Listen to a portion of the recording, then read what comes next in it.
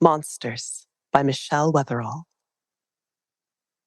There are still times when I wonder where my shovel is. There are times I wonder if I ever owned a shovel. It was on the night of December 5th to 6th, 19 something or other, that my nightmare began, that I proceeded with my nightmarish obsession. There are ghouls that lurk beneath our identities buried, monsters that live in isolation behind the social masks we wear, unknown of. Sometimes, the rare unfortunate few see them in our nightmares. I have seen mine.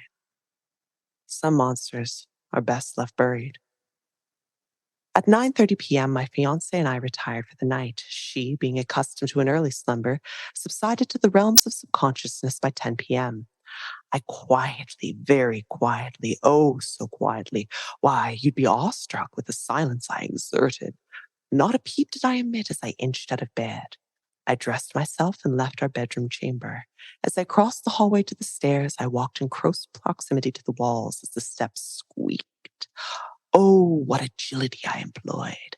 I descended the stairs like a cat, crept through the house in utter darkness, as I was ought to do, its meandering paths and obstacles etched in my memory. I threw on my overcoat, gloves, and hood, taking note to bring my father's military-issued collapsible shovel. The bus arrived as scheduled at 10 to midnight, my trip requiring only one transfer, and deposited me at the corner of Saint Laurent Boulevard and MacArthur Avenue by 1 a.m.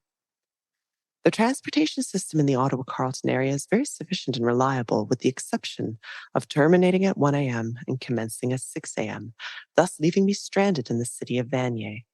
In and of itself, not the best proposition in the middle of the night. Being stranded, however, at this time was of no bother, as what I had planned to do would occupy the better half of this horrid night.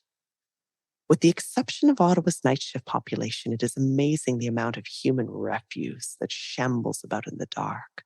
Night haunts drifting and riding aimlessly, drunks, drug addicts, hookers, faceless cadavers on a bus. I see a darkened ghoul cross the aisle from me. I wonder how a monster usually reserved to one's imagination can so brash and boldly travel out in the open, until I realize I am staring at the darkened reflection of myself in the bus's window. I head north down Saint Laurent Boulevard to Montreal Road, where I enter the Notre Dame Cemetery, arriving here at approximately 1:30 a.m. I have always loved the small hours. I am alone. I can walk down the center of the street, mostly.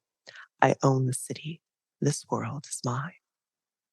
I had specifically chosen this night due to the frigidness in the air. I had figured that those few stray individuals who visit the dead by night would most definitely be deterred. The night watchman would also be dissuaded from making rounds by Jack Frost. That is, even if a watchman were truly there.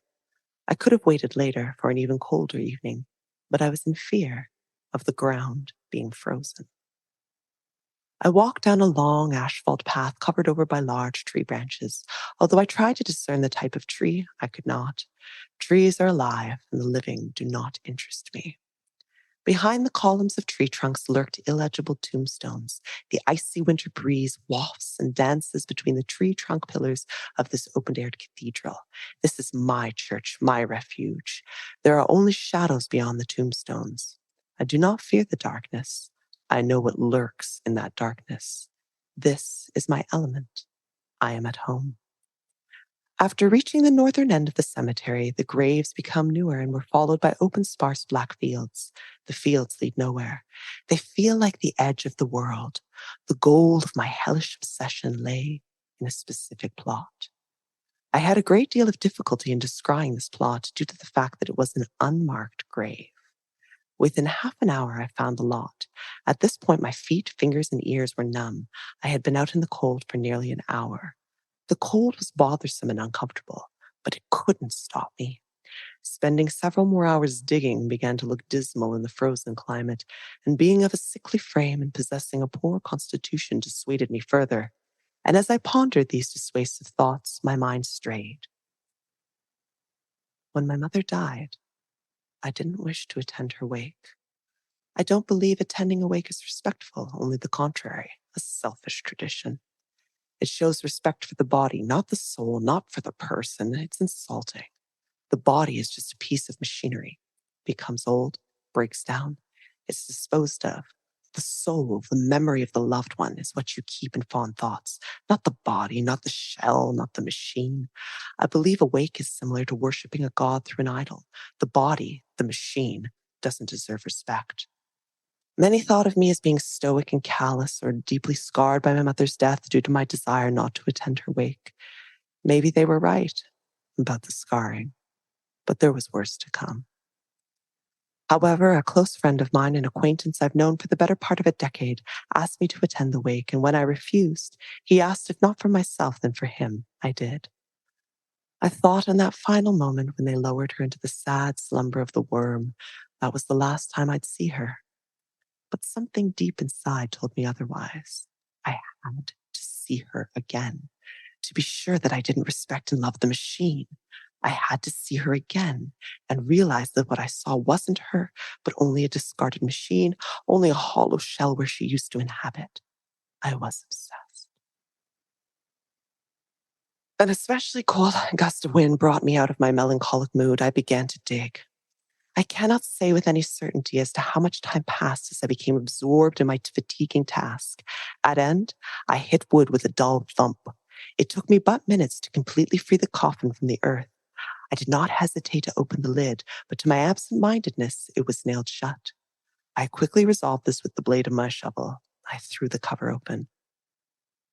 What I saw, I can still see. There is not one night that passes which I cannot recall the terrible sight in minute detail. The skin, surprisingly, was not dry, but looked quite damp, almost sweaty. The body itself, being exceedingly bloated and gray, on minute study was gelatinous and semi-translucent, or, more rightly, semi-opaque. It reminded me of jelly fruit salad, the one where the fruit seems to magically hover in the jelly. It was the similar case in the body. The bones appeared to be the only real solid structure left and were suspended by the semi-opaque gray gelatinous flesh. I can't be sure what I was seeing was real. Maybe it was my fatigue from digging. Maybe it was the phantasmagoria that the small hours inspire. Possibly my lack of sleep. Maybe it was nothing more than my nightmare, a figment of my imagination. The face was the most striking feature of the thing. The most predominant aspect were the eyes and mouth. In the nighted gloom, they appeared as 3 black dots in the form of a triangle. It was only at close inspection that any detail could be discerned. The mouth lay wide and agape. Within this abyss rested a swelled, black, and bloated tongue. The lips, or more correctly, what remained of the lips, were split and severed. A large part of the lower lip hung from the upper, completely separated from its origin, and held to the upper lip with thread. The corpse's lips were sewed shut. The visual organs and eyelids were completely rotted away, leaving only 2 wide and somehow staring cavities. The nose, in due time, could have been a 4th hole, except for the incomplete dissipation of the fleshy cartilage. Being in a state of partial decay due to the cold environment, I suspect, it had only fallen into the nasal cavity of the skull, reserved for the sinuses, giving a caved-in appearance, but not an empty one. It was haunting, the way the wind silently made her hair dance. On the odd occasion, a clump would dislodge itself and float about. This was not my mother. This was a rotten, filthy, dead machine. My obsession paid off. I stood, barely keeping my balance in the hole, and thought of the first time a child is brought to a graveyard with their parents and are told not to be afraid, for this is a place of rest. If only they knew what horrors slept beneath, the horrors which are there in our own futures. I was satisfied at this point and, replacing the lid of the coffin, scrambled out of the grave, slipping and falling but once. It took less time to close the grave than to open it, so it seemed. The sky was a navy blue when I finished. The sun would rise shortly. I left the Notre Dame cemetery, crossed the street, and headed east to a local restaurant, had a large but unwholesome breakfast, then took a 10-minute walk to work. I believe I forgot my father's military collapsible shovel at the cemetery, as I no longer have possession of it. At this point, the officials reading my report may question my sanity or honesty or capacity. Call it the last vestiges of my humanity. I do not wish to argue nor debate the authenticity of this story, only to share it. Even to myself, I cannot definitely state whether it truly occurred or not. It still possesses an airy, dreamlike quality. Yet what I saw, I still see in shocking detail. In a way, I am glad that this shovel is missing and hope that the blasphemous thing is never found. The location of this shovel holds all the credentials of this narrative and all it implies. That what I discovered, the knowledge of what I had unearthed, could never be buried. That dark image I saw reflected of myself could never be returned to that shadowy oblivion, that I could no longer deny my morose, macabre, and murderous cravings and intentions for the man who left my mother in that unmarked grave. In all honesty, I do not wish to know the truth.